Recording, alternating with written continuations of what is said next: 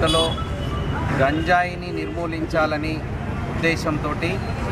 ఇవాళ బాలల దినోత్సవం సందర్భంగా ఎక్కువగా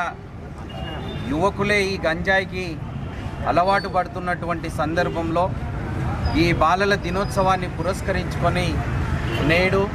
అన్ని రాజకీయ పార్టీలను కలుపుకొని బస్తీ కమిటీలను కలుపుకొని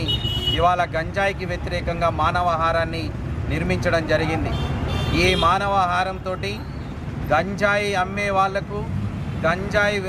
కొనే వాళ్లకు, గంజాయి సేవించే వాళ్లకు ఈ గంజాయి వ్యతిరేక కమిటీ ద్వారా హెచ్చరికలు పంపిస్తున్నాం. బిడ్డ, మా జగద్గిరిగుట్ట వాసుల ఆరోగ్యాన్ని కాపాడకుండా పాడు చేయడానికి, జగద్గిరిగుట్టలో అశాంతిని సృష్టించడానికి, జగద్గిరిగుట్ట వాతావరణాన్ని పాడు చేయడానికి మీరు పూనుకుంటే కబడ్దా